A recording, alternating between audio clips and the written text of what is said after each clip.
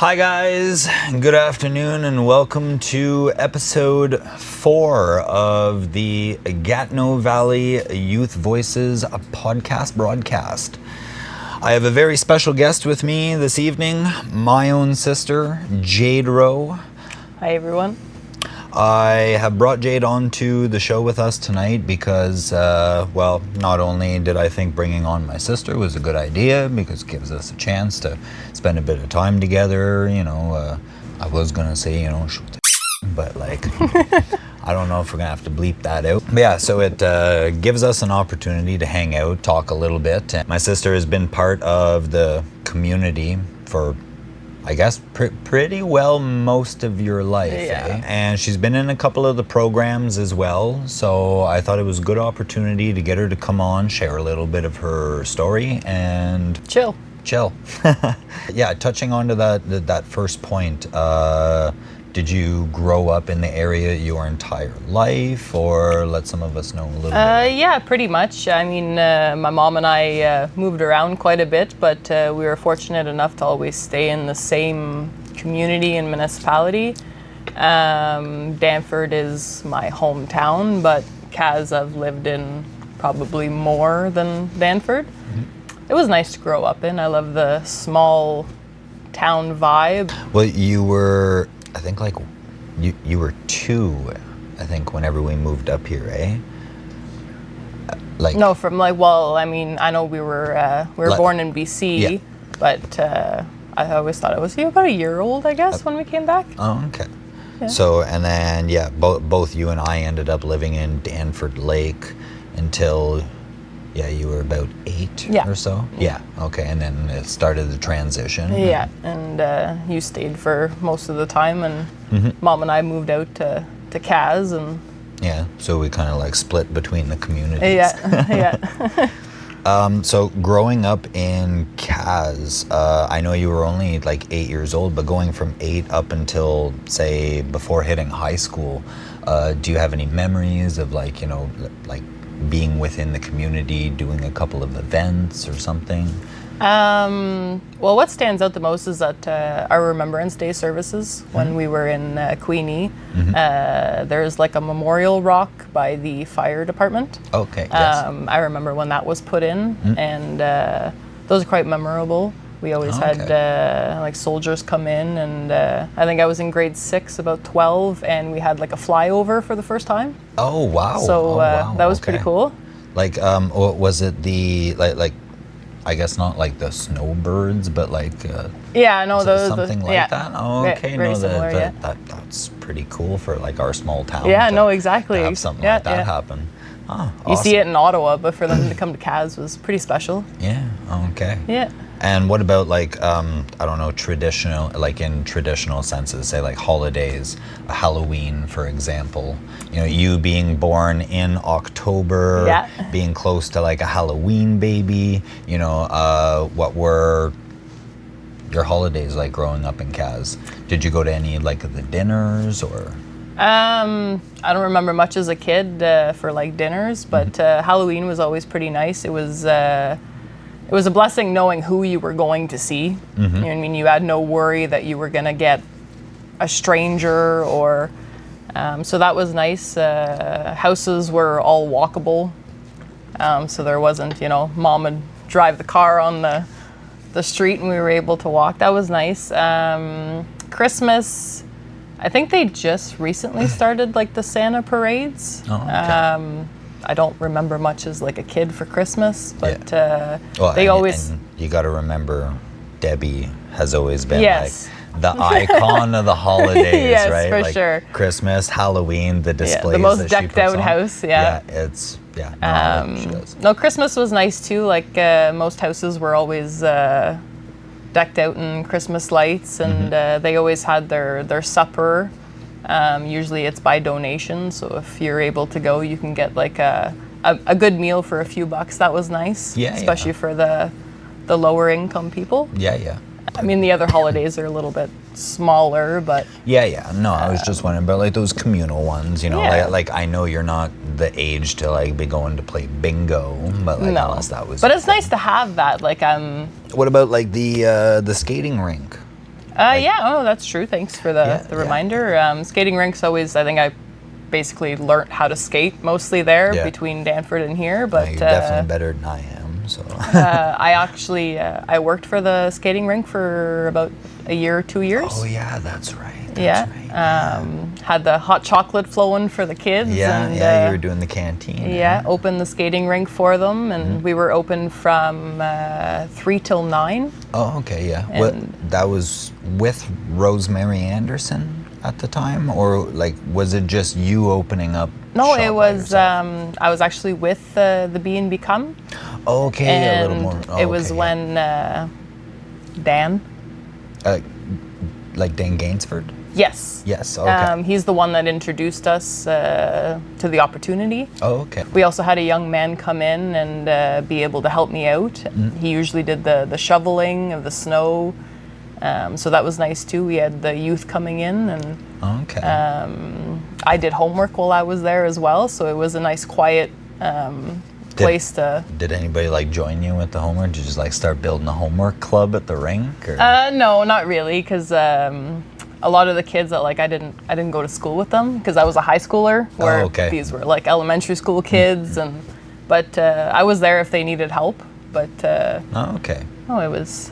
So was that like your first introduction, sort of like, you know, into working with youth and being like into the youth groups and stuff? Yeah, pretty much. That was my first job opportunity with them. Like, say, like, was there any other programs that you participated in through like Be and Become or within the community? Like, I know even your like current job title, sort of like you're taking care of community members, and like, would you want to elaborate a little bit on that? I'm a personal support worker.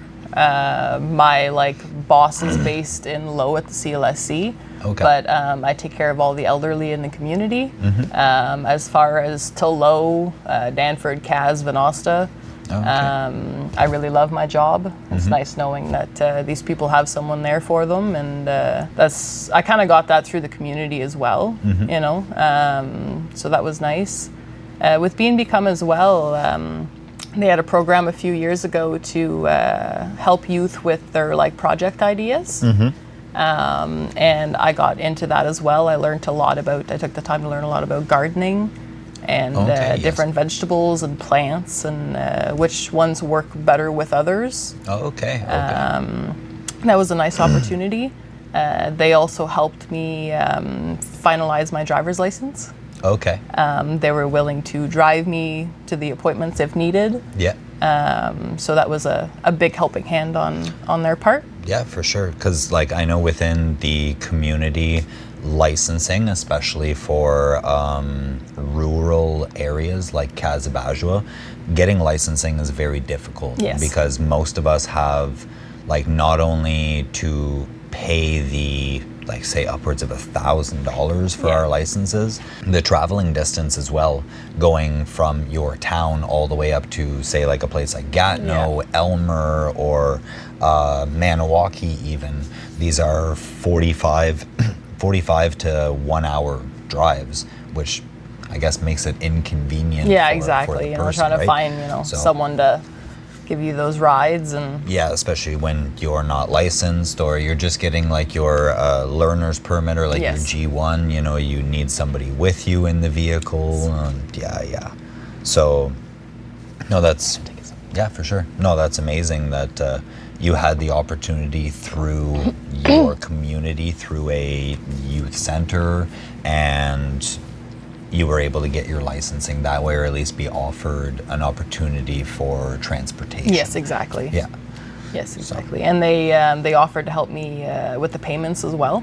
So that also really helped. Because it's definitely not a cheap goal. No, for sure. Touching back onto like youth, I know you're 26 now, correct? Like it's just the transition of our ages, one of us going to 27, one going to 31. So as a youth just starting to transition into becoming like what we would call a full-blown adult, what sort of advantages or disadvantages do you feel your community has for you, or do you feel that you've faced growing up living in a town such as like Kazabazua and the surrounding areas, or the Gatineau Valley, right?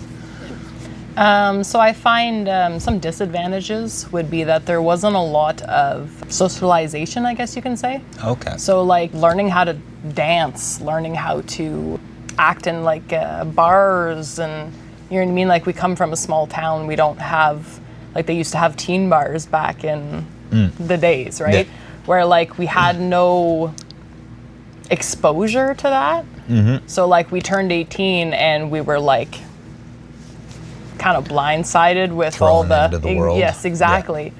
So it would have been nice to have some sort of, Like, how do you say it? Like, not say like a youth center, but like a place that like young adults or like high schoolers could have like hung out. yes, exactly, and get more of the feel, you know what I mean? Like even if, you know, like they're serving us like mocktails and stuff, just kind of get that, Oh, okay. Yeah, you know, like the introduction to adulthood, you know? like I think Gatineau had a place like that called La Lounge, like the lounge. Yes, exactly, Yeah, you know? where youth could go sit down. It was kind of like a sort of like a cafe of sorts, you know, but like mocktails or like energy drinks. And that too, like we have a wonderful restaurant, La Chapelle's. Yes, it is a family restaurant, but it's not focused on like kids and young teenagers. Yeah. So like that would have been nice to have like a hangout spot that wasn't necessarily the library or Yeah, like you notice that within our communities, like between Danford, Kazabazua, I'm not sure if the surrounding communities, like for you guys, I'm not sure if it's the same thing, but for us growing up, the library was like the hangout place. But at the same time, like with high school and like, you know, you're just coming into like social cliques and everything, you don't want labels of like nerd or geek. Yes, exactly. Or, you know, those were all terms. Where do you hang out? Oh, the library. The library. You know? Yeah, nerd, bookworm. Yeah. Like, no, same thing. Like all of these things, like is totally fine to like Oh, of enjoy course. books and, you know, like go enjoy. I'm a like, book nerd. I love books. yeah. So But at the time, right, like when you're so young in school, those social labels follow you around. Yes. So having a place like the library to hang out wasn't quote unquote cool. No. You know, so most of us would go hang out at the skating rink. Yeah. Which was beautiful to have. Like I think in the summertime they adapted the skate park. There's a little bit of a skate park now. just recently.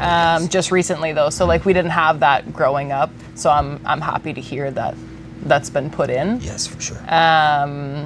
For like the younger kids too, like we recently got a little bit of a park. Oh, okay. And I'd like to see like an expenditure or expansion on that as well. In what sort of way? Like as in adding more equipment, or you mean like adding more, how do you say that? Like bringing more...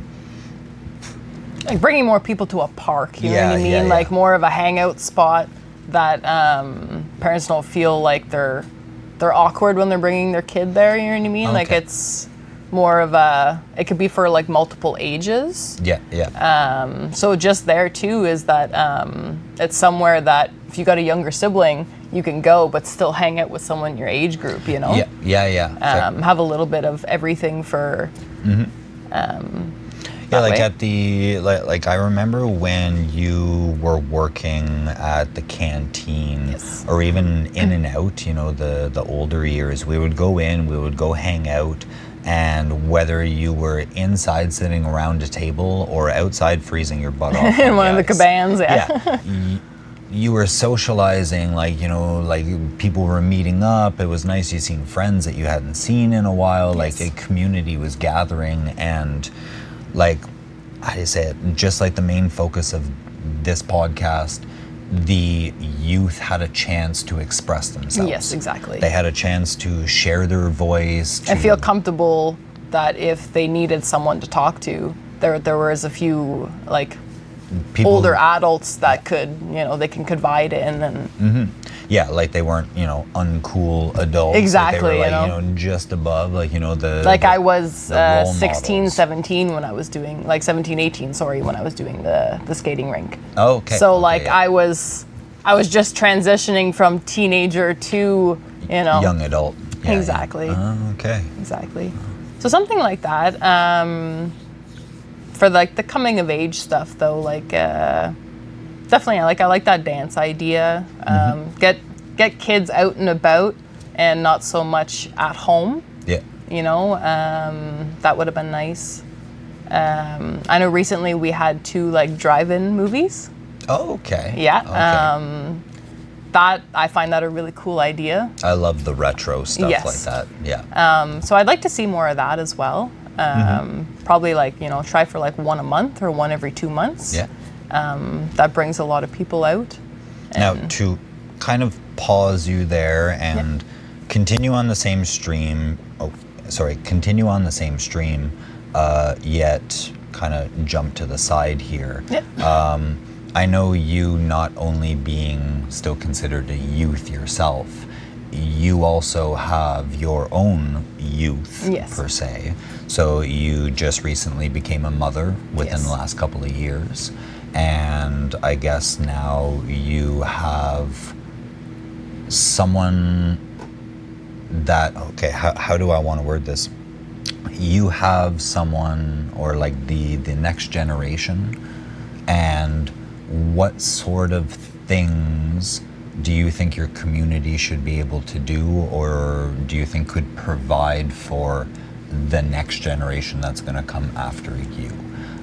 Not only just in regards to, say, having parks or having events, when facing like emotional challenges, when facing trauma, when facing substance abuse, like the really nitty-gritty stuff, what do you feel your community could do to help protect the next generation coming of age? I find that Like service support, I guess Yeah. would be like. yeah, like to have that support for those struggling or non-struggling youth. Like, to be honest, we've been in the ringer. Yes. We've gone around the loops, Yes. of like mental health and everything like that. What do you think of the resources that are provided within your community, say, to face mental health challenges? There's none, really. Maybe just starting up, but it definitely needs to be broadened. It's not talked enough about, to let people know that we do have something. Because I went through something like really traumatic, and I had to drive to the city to get help. Yeah. So I find that we should have something. Like more stable. Yes, exactly. Because, like, I'll admit, I guess I'll kind of like backpack off of you. Around here, it's a lot of like wild goose chase. Like, we have the resources and we have the support for mental health, but they're so like political. Yes. And like, this suit and tie structure, that they're not built for people that like, there's a reason that like we say that we're broken. Yes. Well, why would you try to put a structured line on people that need help because they are not structured?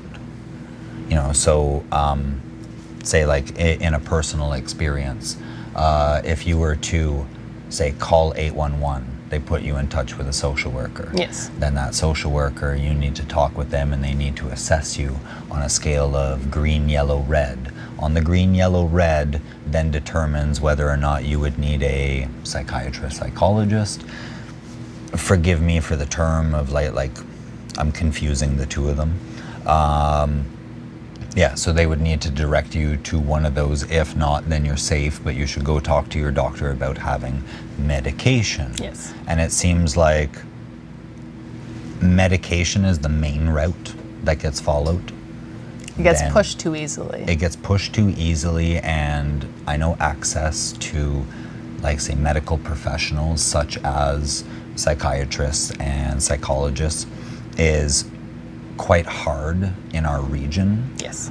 But even at that, I find that there is not enough push to, like, let's cut to the chase. When you want to talk to a therapist, is because you need to vent. Yes. You need to You talk. need someone to vent. Yeah. That's not going to sit there and like judge you for, you need someone to just listen, right? Yeah. Give you some pieces of advice on how to go around that situation, or how to change little things in your life. Yeah. But yeah, no, I So- agree with you on that. What do you feel like your community could do to help support those people that need the help, that need somebody to talk to or need to speak out?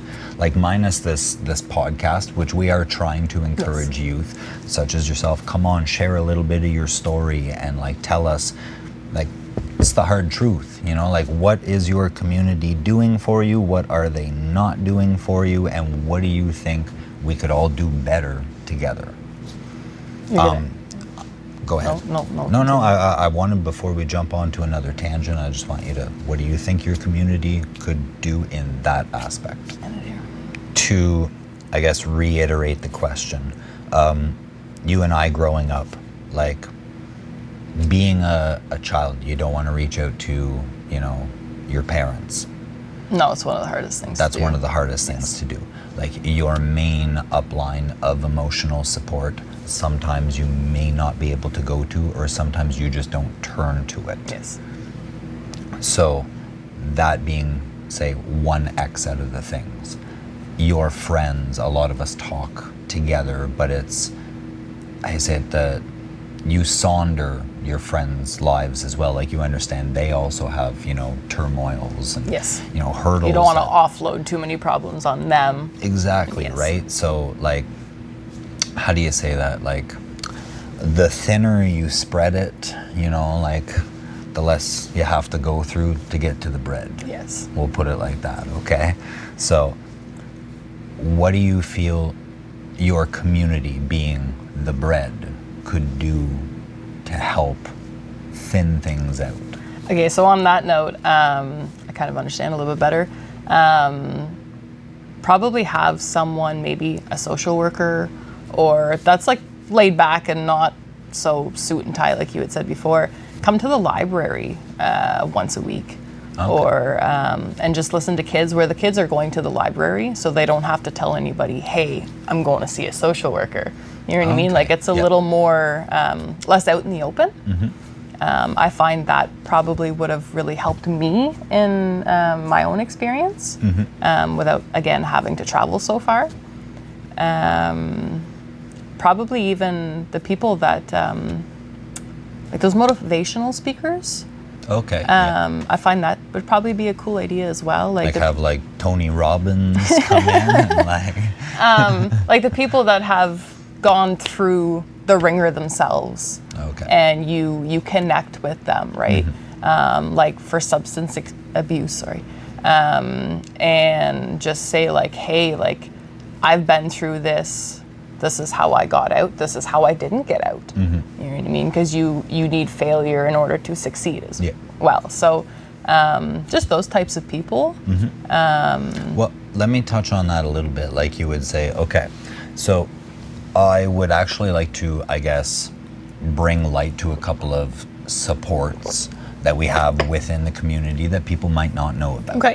So, like, I know that Become at the station, forgive me if I'm wrong, had a like a LGBTQ support group, where people could go, they could talk about their issues, you know, or whatever, you know, and just feel heard. Yes. Now, I would say, like, okay, we can't pick out every single party, like, you know, have like a support group for men and a support group for women, and like, you know, because everybody does deserve to feel included and to feel heard. So do you think it'd be nice to have like let's say like a community council meeting where like the like say like once a month the community gets together and we all just have like a social gathering and like, or let youth come in and talk together and like, you know, like over the age of 35 or 40, you know what I mean? Like you guys are dropping us off, or, you know, just making sure that everything's maintained, you know, like what would you think about an idea like that? Well, it would be a good opportunity for all those youth, because like we have like municipality wise, we have the council meeting every first month of the Tuesday, but that's for all like politics. Anybody could show up. but they don't, you know what I mean? So in that same setting. So council has its meeting, and you were continuing to touch base about the idea that your community could have like a gathering where youth would be able to express themselves. Yes, and we definitely have the area to do so. We have a beautiful community hall that can hold a lot of people, and they have a stage there. Okay. So if ever there's a person that is comfortable enough to like go up and speak, there's microphones, there's speakers. So I find that would be a good spot. Yeah. But no, I do really like that idea, and it gives youth people the chance to just speak out about what they want as well. Yeah. Not necessarily like something they're going through, but just like a good generalization of like a meeting. Yeah, I don't know how to say, but yeah, where you would have like I guess like a little bit of everything, like you know? an MC for the night, you know, kind of thing, or like, you know, like keep me on track if maybe I'm not quite getting the idea here, but you mean like a spokesperson that would be up there, you know, like your Tony Robbins from before, that would, you know, I guess like cover what was going on. Yeah, and add a little bit of entertainment, so it's not just like people talking amongst themselves. You know what I mean? It's more like everybody is included. Like a DJ, you know, type thing, or yeah, like just or, like a little like radio track. Yeah, like background noise, or just different topics to talk about. Maybe if it's like a dead night, you know. But nowhere, just activities too. To not just have that one meeting. Yeah. You know, let's say you're going to... But do you remember growing up in Danford where we, like, I know this would have been like a little bit younger for you, but we had like the Winterlude events where like people would do like the snow sculptures. We would have like the sleigh rides in by the church, and like, you know. I remember the horses. Yeah. I don't remember the ice sculptures. I figured you remembered the horses. But I remember that they'd come to Bethany Hall. Yeah. And do the hay rides. Yeah. Oh, that was cool too. Like I'm not sure if Kaz, like I know we have our Santa Claus parade, but I don't know if we still do something like that. Oh. I was just asking if, like, you know, if you would like to see more events like that happening within your community or within the surrounding communities. Okay, so not like events and stuff. Yeah. No, for sure. I was just thinking earlier before this, Kaz used to have this is summertime, but Kaz used to have a rodeo. I know, I've been and asking that is about something that I like deeply miss. I find it was a good environment for beginners before they get to like next level rodeos. Oh, okay. Yeah. It brought out all of Kaz and Danford and, you know, Venosta. Yeah. Being an urban area, a lot of, you know, farmers. Yes, and exactly. You know. And, I do believe it was usually on Canada Day, but as like a side event. Oh, okay. But something to like bring that back and like maybe have it on a different day. Yeah. So that you have more events during the year. That was nice to bring out the whole community. Well, okay. No, I was just trying to get your opinion as to like what you would like to see within the community and the sorts of events, because touching base with different youth, you know, we always like to just hear your opinion. I know you're more of a country girl, so, you know, hearing more about those sort of events and everything, like, we're going to be touching base hopefully with more youth in the future that might, you know, share the same idea, if not similar ideas. And then these sort of ideas are what we're trying to encourage the youth to bring up in the community. And, you know, let your councilmen know, like, these are the changes or these are the things that you want. And, you know, like me, I'd like more of, this is not really an event, but more of an aesthetic in Kaz. I find that we lack in the welcoming department. So there's not baskets of flowers or like. We used to joke like blink of an eye and you're. Exactly, you know what I mean? Like for tourists, this is like a flyby town. You know what I mean? Where there should be, you know, like a corner with like, you know, flowers and aesthetic, and maybe have a plaque that explains what Kazabazua means. Like a historical. Yeah, like a pit stop where they have to stop in our community. Yeah. go to the bathroom, get something to drink, and read about our history. Because I know a lot of the surrounding communities, they have a lot of rich history. Yes. In like the building ups of the towns and the railways and like, you know, the men and women that developed the towns and what they are today. And I feel like you're saying, we tend to just fly by these towns and like they sort of just look like a ghost town, but they're like diamonds in the rough. Because like unfortunately we have lost a few businesses over the years. And so now we're getting even smaller. And to like expand something and maybe try to like grab those people to come in and buy a building or a lot and like make like a business out of something, you know what I mean? Yeah. Like help, like I guess employ some youth. Yes, or exactly. locals within the area. You know, keep our town running. Most people don't know this, and I didn't. I worked for an older fellow in my job description, and he built the bridge going outside of Kaz towards Gracefield. Oh wow! And it used to be a footpath. It used to be like a little, like wooden, just a beaten trail. Yeah, exactly. Because back then it was all horse and buggy, right? And that was like really cool to learn. And he has an old book that photographs all those photos and the blacksmith shop that used to be beside Irwin's. Oh, I didn't even know about that. Okay. Right? You know, so if we had something, your mom didn't. If we had something that little plaques that you could read up on. Like I'm not saying. So you mean like a history or like a cultural center? Yes, almost. You know, like that's easily accessible. That you don't have to take a lot of time out of your journey or day to just like go quick see. Little pit stop. But on that note as well is that maybe have a night in a month that you're telling our youth, hey, this is how Kaz was built. You know what I mean? Like this is where we come from, you know? Yeah. Teaching the history. Teaching the history of like, you know, how Kaz was built in the surrounding areas and like why we decided to stay. Because if there wasn't a reason for us to stay, we wouldn't have stayed, right? Yeah. So something along those lines I find would be pretty cool. Like I'd even show up, you know what I mean? Like as an adult, you know what I mean? Like, you know. A volunteer. Yeah, exactly, you know. Because I find a lot that kids they're losing a lot of that history. Yeah.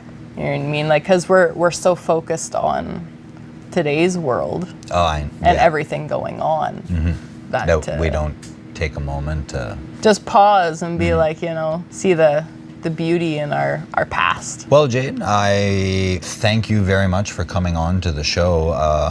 I think that'll be it for us tonight for this episode, but I would definitely love to have you come back onto the show. I love the banter that we had back and forth, you know, talking a little bit about the history of the town and a little bit about youth and the sorts of ideas and stuff that you have and that you share. And yeah, I just want to thank you for coming on and sharing your time with me and with the rest of G Valley. Not a problem. It was a pleasure for me, and thanks for having me. Yes, not a problem. And here's looking forward to the next episode, guys. Thank you very much for joining us and for staying with us this long. Again, you guys can like, follow, subscribe. We are trying to hit our goal of 50 subscribers on YouTube, guys. 50 subscribers lets us go live, and this allows us to connect with the youth and connect with you guys better. This will allow us to be up on a screen, allow you guys to send in messages and give your own opinions live time, and we can answer your questions, concerns. Again, we would love to have you guys join me on the show. Anytime you can reach us through the G Valley Podcast YouTube, our Instagram, to which the links will all be below or connected through the videos. That is it for us this week. Thank you very much, guys, for joining us. Thank you again, Jade, for your time. Yes, thank you for having me. And you guys have yourselves a good night. Ciao for now.